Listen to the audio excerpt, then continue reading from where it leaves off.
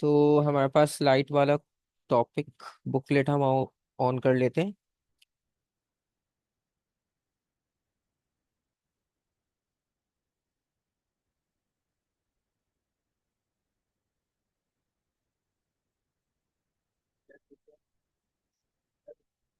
अच्छा, लाइट वाले क्वेश्चन में आपको एक चीज मैं सबसे पहले दिखाता हूँ।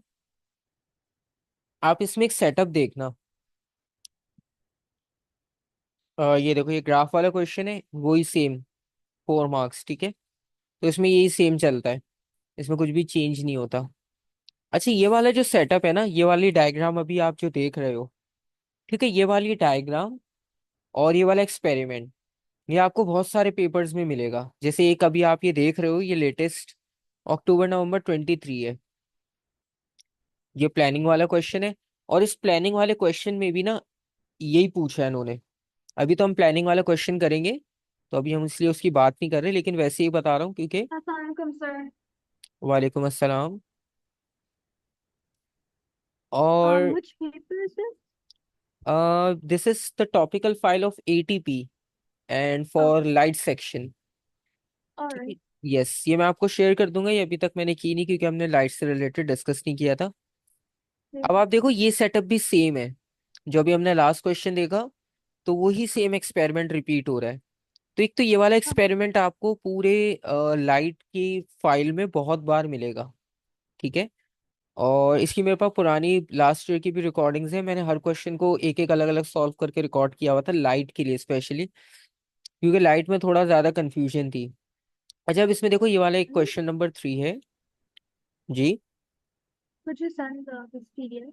यस यस, अभी हम क्लास में डिस्कस कर लें, फिर उसके बाद में शेयर हाँ कर ठीक है। दूंगा। हाँ, ताकि ठीक है। आपको पता हो कि अब हमने इसकी प्रैक्टिस करनी है। अच्छा, अब ये जो डायग्राम वाले क्वेश्चंस होते हैं ना, अब क्योंकि हमने खुद से थ्योरी तो अप्लाई करनी नहीं है, तो थोड़ा सा आप ये देखो, इसमें डिटेल है, इसमें इतने सारे पॉइंट्स लिखे हुए हैं और काफी सारी एरिया ब्लैंक है। तो इसका क्वेश्चन थोड़ा सा लेंदी होता है। अब आप ये देखो, इसमें कितनी सारी इंस्ट्रक्शन लिखी हुई है उन्होंने। ये देखो, पूरे पेपर पे इंस्ट्रक्शंस लिखी हुई हैं, और आपने उन्हीं इंस्ट्रक्शन को फॉलो करके डायग्राम ड्रॉ करनी है। इसमें कोई भी एक लाइन ऐसी नहीं होती जो आप अपनी मर्जी से बनाते हो। सब इंस्ट्रक्शन फॉलो करनी होती है। यहाँ पर भी आप देखो कितनी इंस्ट्रक्शंस दी हुई हैं, P5 P6 P1 P2। तो बस इसको एक बार पढ़ के ड्रॉ करना है, पढ़ना है, ड्रॉ करना है, बस ये ऐसे ही चलता रहता है। देखने में मुश्किल लगता है लेकिन है इजी। तो एक इस टाइप का क्वेश्चन आएगा जिसमें आपने डायग्राम्स ड्रॉ करनी होती हैं, ठीक है, ये आप देख रहे हो। ये भी ड्रॉ करने वाला है। और आप ये देखो, फिर से वही सेटअप आया है, ठीक है। तो ये सेटअप और डायग्राम, ये दोनों बहुत कॉमनली जो है वो लाइट में आपसे पूछे जाते हैं।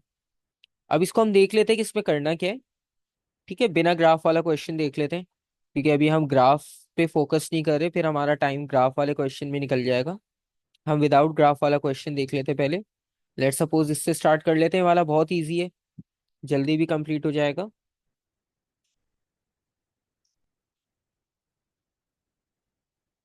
Every chapter one question. हाँ, हर टॉपिक से एक एक क्वेश्चन आता है। 4 क्वेश्चंस होते हैं ना, तो 4 टॉपिक से, तो हर टॉपिक से एक क्वेश्चन लाजमी आएगा, ठीक है। अब वो डिपेंड करता है कि किस में से ग्राफ का आता है, किस में से प्लानिंग का क्वेश्चन आता है, ठीक है। अब जैसे आप ये क्वेश्चन देखो, ये 11 मार्क्स का है, तो 40 मार्क का पेपर होता है, तो डिवाइड इसी के बीच में होता है। कभी किसी का 11 का आ गया, किसी का 8 मार्क्स का, किसी का 9, इस तरह से, ठीक है। लेकिन खैर, हमने तो पूरा अटेम्प्ट करना है, तो नंबर्स का प्रॉब्लम नहीं है। अच्छा खैर, ये एक्सपेरिमेंट है मैग्निफिकेशन के लिए, कि अगर आपने इमेज को, ऑब्जेक्ट की इमेज को मैग्नीफाई करके देखना हो, तो आप ये सेटअप लगाते हो।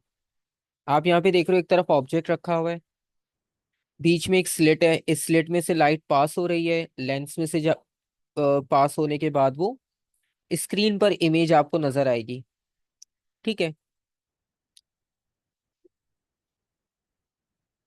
ये सिंपल सा प्रोसेस है। अब क्वेश्चन देखते हैं कि इसमें करना क्या होता है। सबसे पहले उन्होंने आपको एक हाइट शो की है, HO, यानी ये जो हमारे पास इल्यूमिनेटेड ऑब्जेक्ट था। 1.5. हाँ, अब इस इल्यूमिनेटेड ऑब्जेक्ट की हाइट आपने लिखनी है, ठीक है। और क्वेश्चन में क्लियरली लिखा है मेजर द हाइट HO। अब मेजर आपको पता है इसको करने का तरीका क्या है कि आप रूलर से मेजर करोगे। यस, यूज स्केल और रूलर। ठीक है। तो अभी खैर मैंने अपनी स्क्रीन पे तो उसे जूम इन किया हुआ है। मैं इसे जूम आउट कर दूं, जूम इन कर दूं, तो मेरे पास रीडिंग्स आएंगी डिफरेंट। ठीक है, तो मैं आपको इसकी मार्किंग स्कीम से वैल्यू बता देता हूँ, ताकि हमें आगे की कैलकुलेशन में इजी हो जाए, क्योंकि आगे की कैलकुलेशन भी फिर इसी बेसिस पे चलती है। आपने 1.5 बताया। ठीक है, मैं देख लेता हूँ कि शायद इसकी यही वैल्यू हो, क्योंकि आपको भी रूलर से मेजर करना पड़ेगा, तो जब तक आपके पास हार्ड कॉपी नहीं होगी तो रूलर से तब तक आप मेजर नहीं कर पाओगे। ये है अक्टूबर नवंबर 23। But I could be wrong. हाँ, उसमें कोई मसला नहीं है, बस कॉन्सेप्ट समझ आ गया कि इस रूलर से मेजर करना है, तो वो तो आप बहुत आराम से कर लोगे। सिर्फ वैल्यू के लिए मैं देखना चाह रहा हूँ, ताकि उसकी वैल्यूज हमें आगे कैलकुलेशन में हेल्प करेंगी। 6 1 6 1। ठीक है, 6 1। इसकी वैल्यू अभी हमें पता चल जाएगी एग्जैक्टली कितनी है। Question number 3।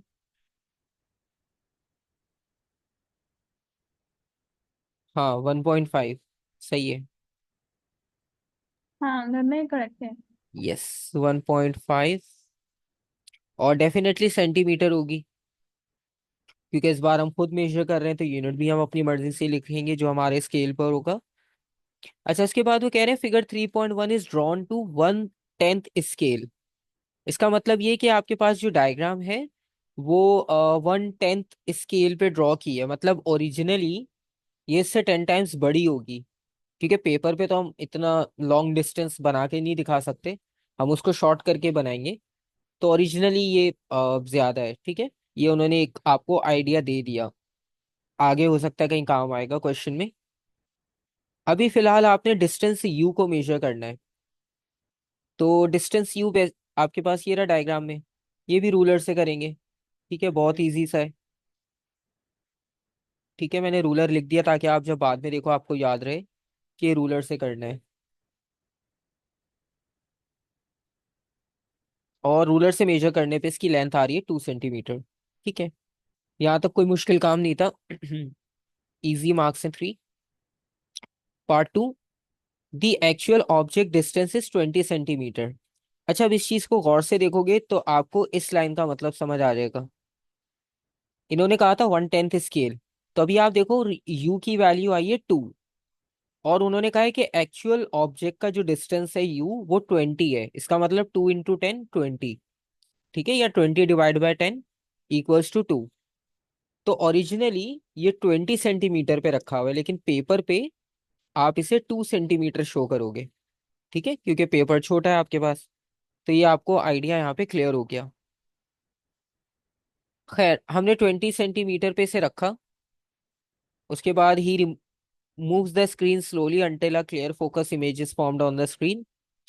He measures the distance v between the center of the lens and on the screen. On figure 3.1, the distance is represented by v.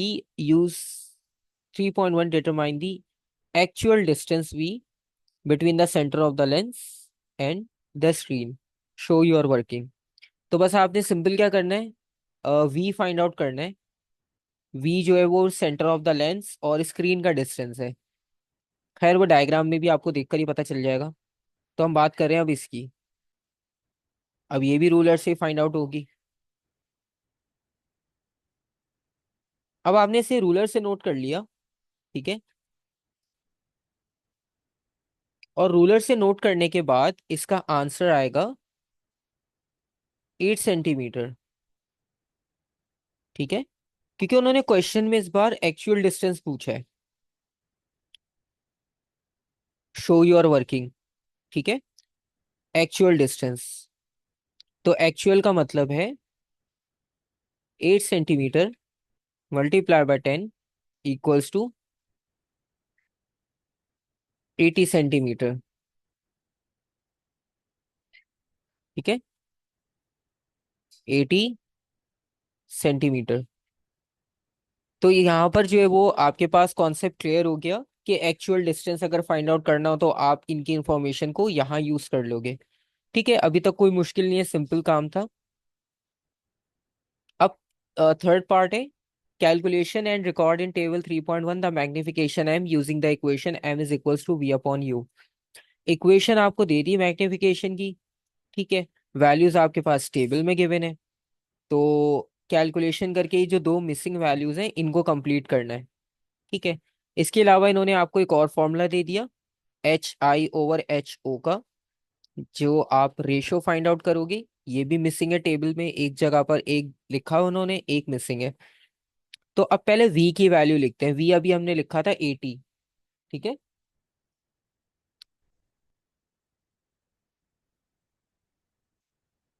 क्योंकि आप देख रहे हो U का भी उन्होंने एक्चुअल डिस्टेंस लिखा है 20। हमारे पास 2 था, इन्होंने 20 यानी एक्चुअल लिखा है, तो हम भी यहाँ एक्चुअल लिखेंगे। M, अब आप ये देखो M की वैल्यू आप यहां से फाइंड करोगे, V डिवाइडेड बाय U। तो आप 80 डिवाइडेड बाय 20 करोगे। ठीक है, तो आंसर आ जाएगा आपके पास 4।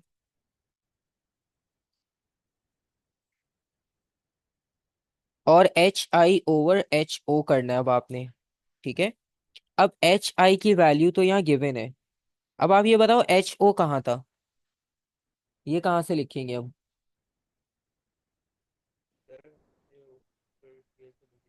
ऊपर हमने किया था।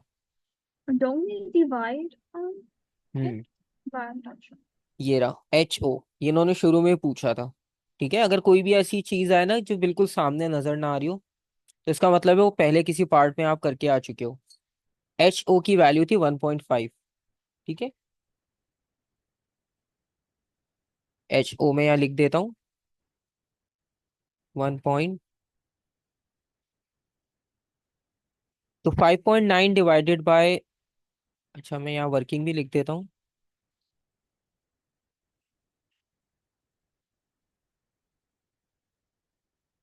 5.9 डिवाइडेड बाय 1.5,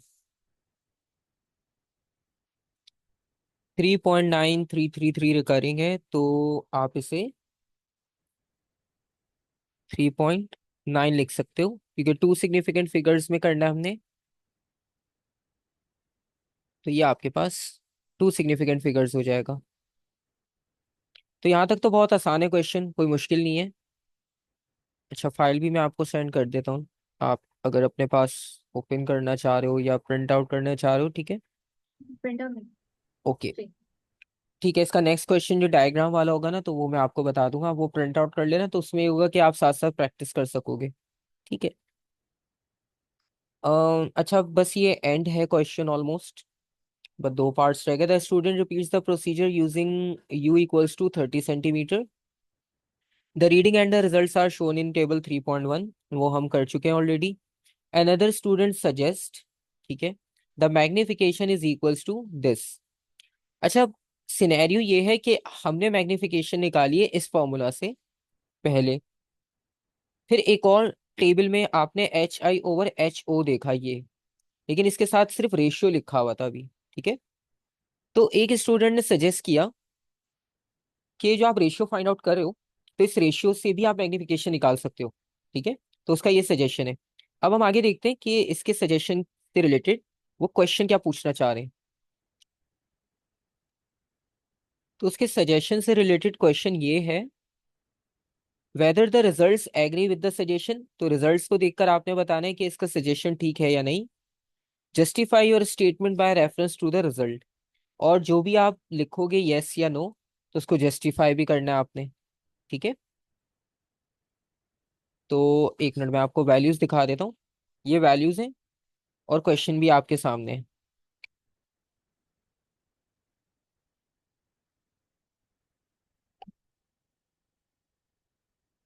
फाइल भी मैंने आपको सेंड कर दी है। ठीक है, और अच्छा एक कुछ आंसर आया है मेरे पास चैट में।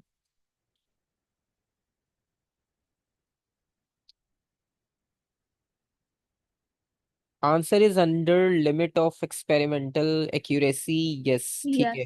yes, it is. ठीक है, तो आप दो ने एग्री किया कि यस ये ठीक है उसका सजेशन। ठीक है, और वो because you have experimental. to have a lot of accuracy. ठीक है, तो अगर किसी का आंसर नो होगा तो उसे जस्टिफाई करेगा, जिसका आंसर यस है वो यस को जस्टिफाई करेगा। अच्छा, वैसे बहुत सिंपल सी चीज है, उनका मेन कंसर्न था मैग्निफिकेशन। तो मैग्निफिकेशन के हिसाब से अगर हम देखें, तो मैग्निफिकेशन जो 20 पर और जो 30 पर है वो ऑलमोस्ट ऑलमोस्ट एक दूसरे की डबल है। एग्जैक्टली नहीं, लेकिन ऑलमोस्ट करीब करीब है। ठीक है, और इसी तरह से जो डिफरेंस आपको H I over H not के दो बॉक्सेस में नजर आ रहा है, मतलब इन दोनों का रेशियो और इन दोनों का रेशियो, अगर आप इन दोनों के रेशियोज देखो, तो अगर मैं यहाँ लिख दूं 4/1.16, तो इनका रेशियो आ रहा है 3.45, और 3.9/1.2।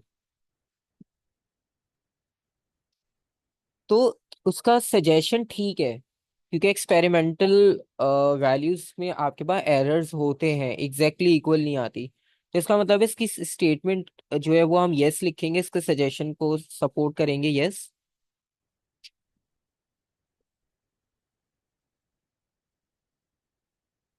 और इसमें आप ये लिखोगे,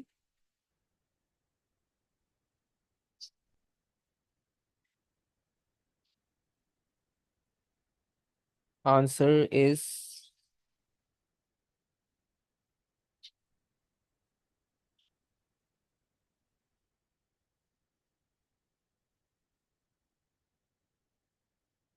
लिमिट ऑफ एक्सपेरिमेंटल एक्यूरेसी।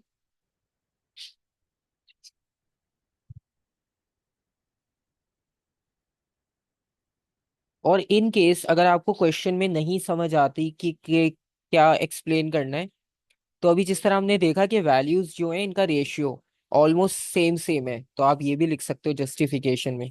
ठीक है, तो आपको अगर नहीं समझ आ रहा कि कैसे आंसर लिखना है, तो आप सिंपल ये लिख सकते हो, that ratio of M,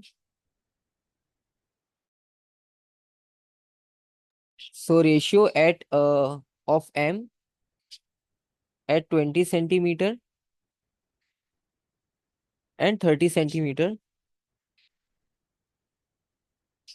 is equal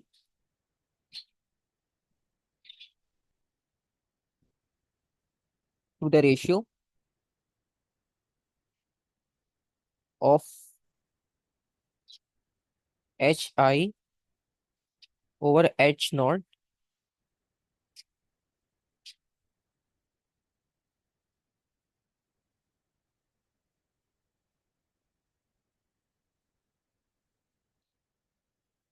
ठीक है, तो ये वो स्टेटमेंट मैंने लिखी है कि जो क्लियरली किसी को भी देख के समझ आ जाएगी कि हाँ ये तो टेबल में हमें नजर आ रहा है। ठीक है, क्योंकि कुछ लोग होते हैं ठीक है। हाँ, कि उन्हें इतनी मुश्किल टर्म्स याद नहीं रहती कि क्या लिखना था।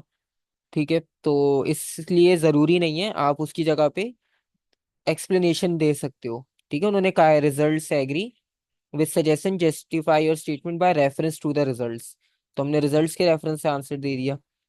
इसी तरह लास्ट पार्ट है, suggest how you would continue to use the same apparatus to test the suggestion that the magnification m is equal to ratio hi over h naught। ठीक है, तो अब आप से वो कह रहे हैं कि अगर आप सेम apparatus यूज करते हो और जो आपने सजेशन दिया है उसको अगर आपने टेस्ट करना हो, तो अगर उन दोनों चीजों को टेस्ट करना है आपने और सेम apparatus को यूज करना है, तो अब आप इस वैल्यू को कैसे कंटिन्यू करोगे आगे। ठीक है,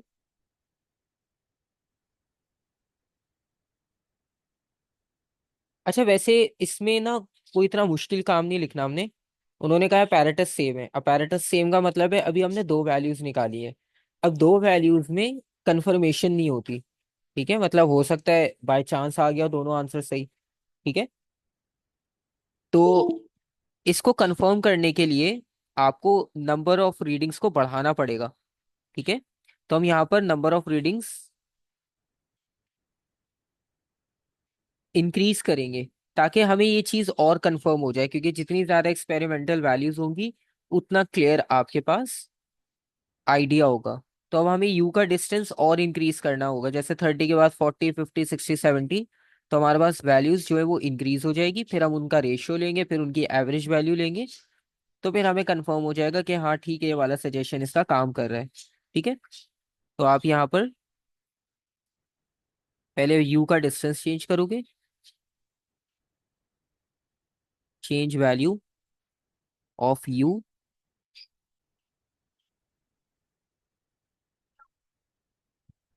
इन the table and record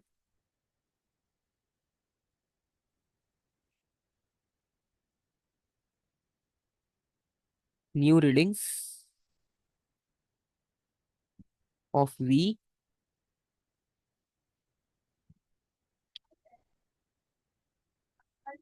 and take at least 5 readings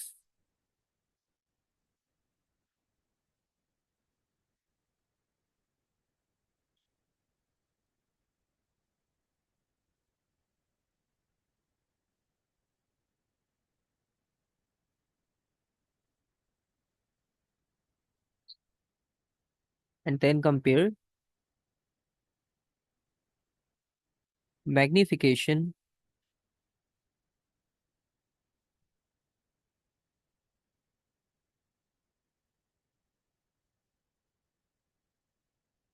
with the ratio hi over ho। ठीक है। तो ये सिंपल सा क्वेश्चन था, और जब आपके पास यही सेटअप बार बार रिपीट हो रहा है ना एग्जाम के पेपर्स में, तो इसका मतलब है इसके रिलेटेड क्वेश्चंस भी रिपीट होंगे कुछ ना कुछ। ठीक है। तो जब रिपीट होता है ना एक्सपेरिमेंट, तो उसके बारे में आपको आइडिया होता है कि अच्छा ये चीज ऐसे काम करती है, तो उसमें ये पॉसिबिलिटी हो सकती है। ठीक है। अच्छा, एक तो ये वाली टाइप के क्वेश्चन आएंगे लाइट से रिलेटेड, ये बहुत इजी था, सबसे इजी था बल्कि। अच्छा, अब एक हम कर लेते हैं डायग्राम मेथड। अच्छा, इसमें डायग्राम में मिरर्स की रिफ्लेक्शन भी होगी और कुछ प्रिज्म वगैरह भी आते हैं। अच्छा, मैं इसमें आपको दिखा देता हूँ एक चीज और।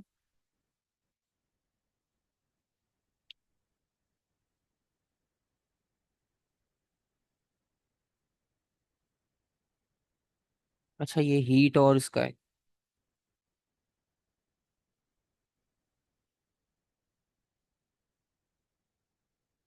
यहाँ पर आपको नोट्स भी मिल जाएंगे लाइट और लेंसेज के।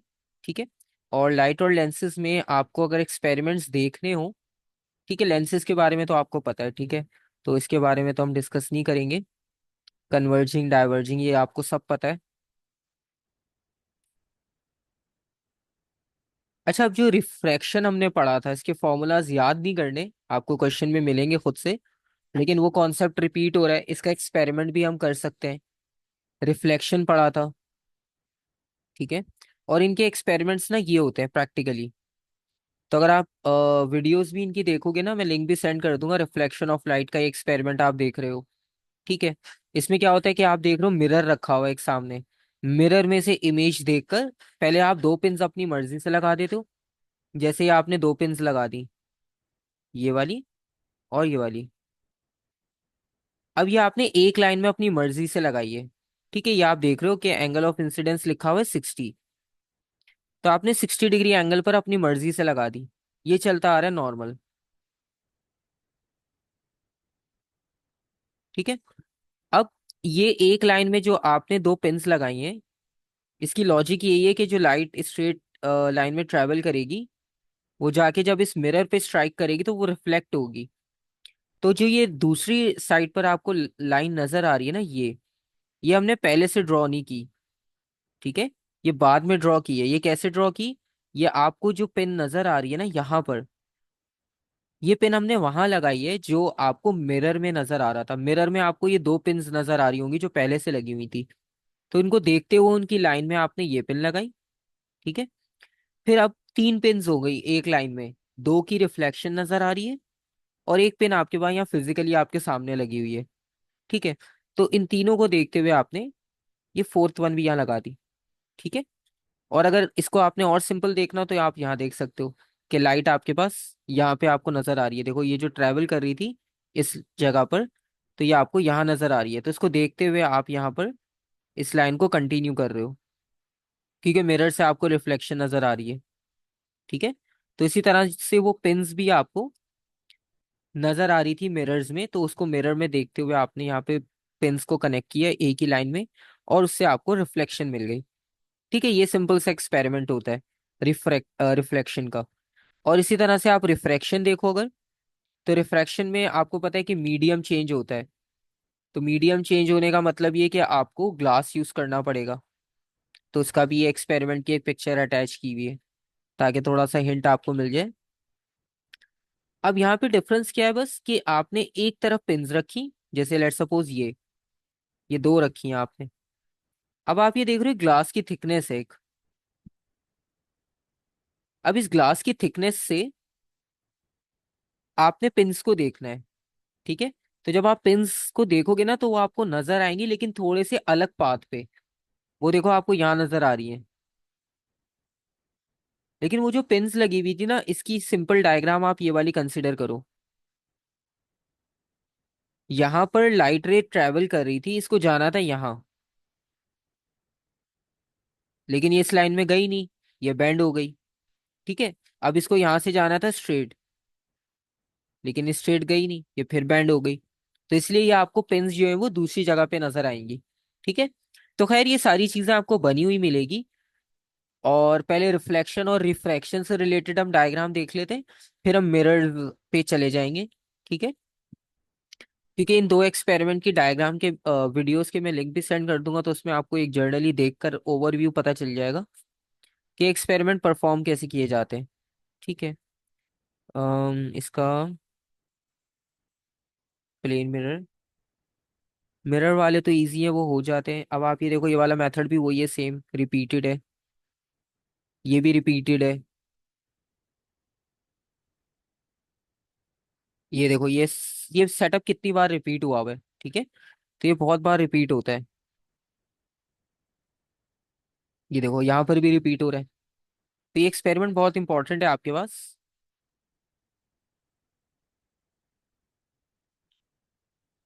ठीक है, हम ये वाला कर लेते हैं डिटेल्ड, क्योंकि इसमें काफी डिस्क्रिप्शन है आपके पास। और 2021 का है।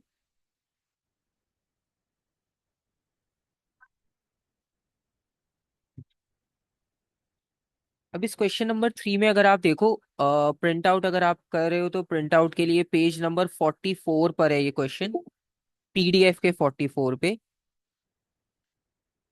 तो a student investigates the position of the image in a plane mirror. ठीक है। तो अब प्लेन मिरर की बात हो रही है, इसका मतलब है यहाँ पे रिफ्लेक्शन होगी। और रे ट्रेस शीट आपको दे दी है ब्लैंक, तो इतना बड़ा स्पेस आपको बिल्कुल ब्लैंक मिलेगा ड्रॉ करने के लिए। अब बस आपने क्या करना है, इनकी इंस्ट्रक्शंस को फॉलो करना है। बहुत आसान काम है, कुछ भी खुद से नहीं लगाना, बस पॉइंट्स को माइंड में रखना है आपने। सबसे पहले वो कह रहे हैं draw a normal to line M R that passes through its centre. Draw a normal to the line M R that passes through its centre. तो अब देखते हैं पहले एम आर है क्या चीज। एम आर ये वाली लाइन है। ठीक है। अब वो कह रहे हैं एम आर का नॉर्मल बनाना है, जो कि इसके सेंटर से पास हो रहा हो। ठीक है। तो आपके पास रूलर होगा, आप रूलर से एम आर की लेंथ को देख लो कितनी है। जैसे अगर मैं भी देखूं, मेरे पास जो जूम लेवल पर आ रही है, तो मैं उस हिसाब से इसका सेंटर मार्क करके दिखाता हूँ आपको। मेरे पास इसकी लेंथ बन रही है 0 से 11.2। हाँ। तो इसका मतलब है मैं इसे 5.5 या 5.6 पे इसका मिड मिल जाएगा मुझे।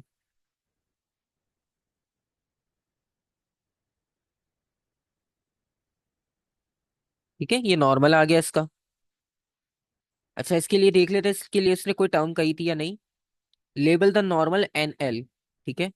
तो नॉर्मल को एन एल से आपने रिप्रेजेंट करना है, तो आप एन एल। ठीक है।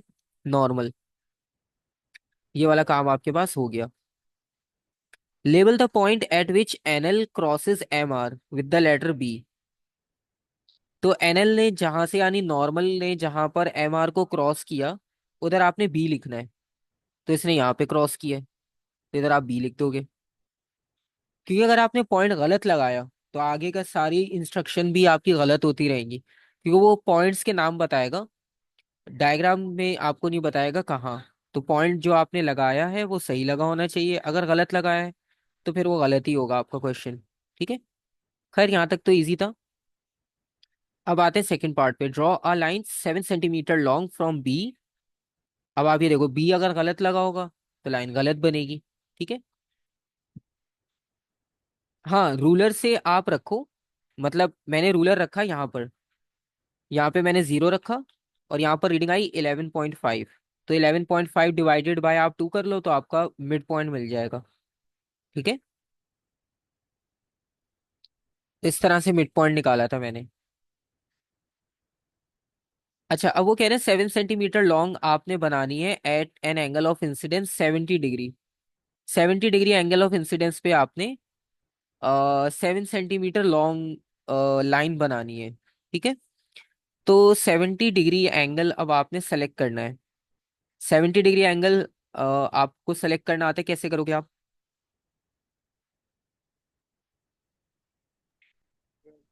मतलब अगर आपके पास यहाँ पर 90 रखा हो आपने, तो यहाँ से आप डी, जो हमारे पास प्रोटेक्टर होता है डी, उसे आप रखोगे। फिर काउंट करोगे 10, 20, 30, 40, 50, 60, 70 इस तरह से। ठीक है। तो उन्होंने कहा है 70 डिग्री पर। तो 70 डिग्री आपके पास आएगा यहाँ पर।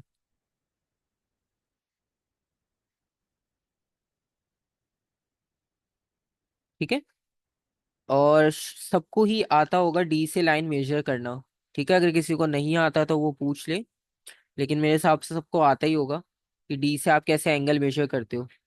तो ये एंगल 70 होना चाहिए।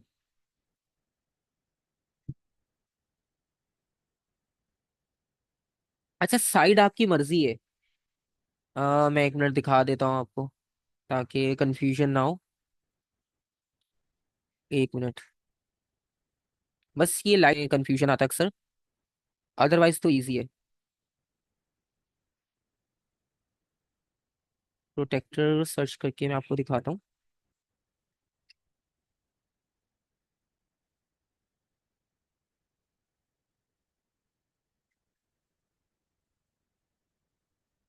अच्छा, अब आपके पास ये है ना। ठीक है।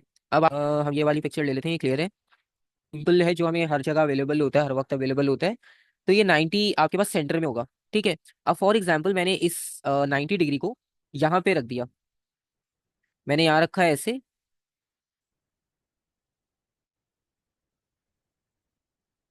ठीक है। और ये डी आ गया ऐसे।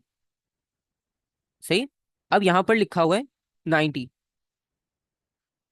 यहाँ पे लिखा हुआ है 90। ठीक है, अकॉर्डिंग टू दिस पिक्चर, क्योंकि मैं इसे घुमा के रखूंगा, कर्व वाली साइड नीचे आएगी मेरे पास।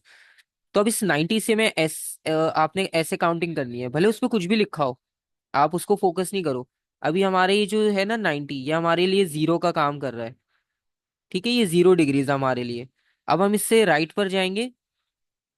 10 डिग्रीज, 20 डिग्रीज, 30 डिग्रीज, 40, 50, 60, 70। तो यहाँ पर आकर हमारे 70 डिग्री कंप्लीट हो रहे हैं। ठीक है, क्योंकि आप ये देखो, आप 90 से शुरू कर रहे थे, तो 90 आपका रेफरेंस पॉइंट था, जीरो। वहां से आप आए 20। तो 90 - 20 का मतलब है आपने कितने डिग्रीज कवर कर लिए? 70। सही है। तो यही सेम काम आपने यहाँ पर करना है, कि आपके पास ये 90 था, अब आप यहाँ से काउंट करते हुए जाओगे 10, 20, 30, 40, 50, 60 और ये 70। ठीक है। और यहाँ पर एंगल आ रहा होगा 20। ठीक है। इस तरह से अभी मेरे पास क्योंकि एग्जैक्टली नहीं था टूल अवेलेबल, तो मैंने अपने एक अंदाजे से 70 मार्क कर दिया। बस रीजन ये था कि आपको समझ आना चाहिए कैसे करना है। हाँ, आपने यहाँ पर लाइन बना दी।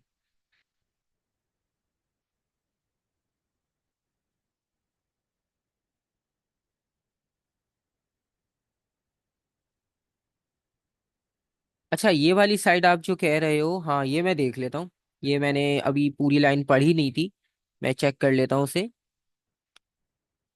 अच्छा, इन्होंने कहा है कि to the normal below MR and to the left of the normal, बिल्कुल सही, लेफ्ट ऑफ द नॉर्मल। अच्छा, आप ये वाली बात कह रहे थे। ठीक है, तो हम इसे लेफ्ट ऑफ द नॉर्मल पे ले आते हैं। ठीक है, वो हमने आधी लाइन पढ़ के मार्क किया था। अब देखो यही होता है कि आधी चीज पढ़ेंगे तो फिर मिस्टेक हो जाती है। ठीक है, ये आपके पास यहाँ आनी थी। और इसकी लेंथ उन्होंने कहा था 7 सेंटीमीटर होनी चाहिए। तो अभी हम ये अज्यूम कर रहे हैं ये 7 सेंटीमीटर है। ठीक है, और 70 एंगल पर है। ठीक है,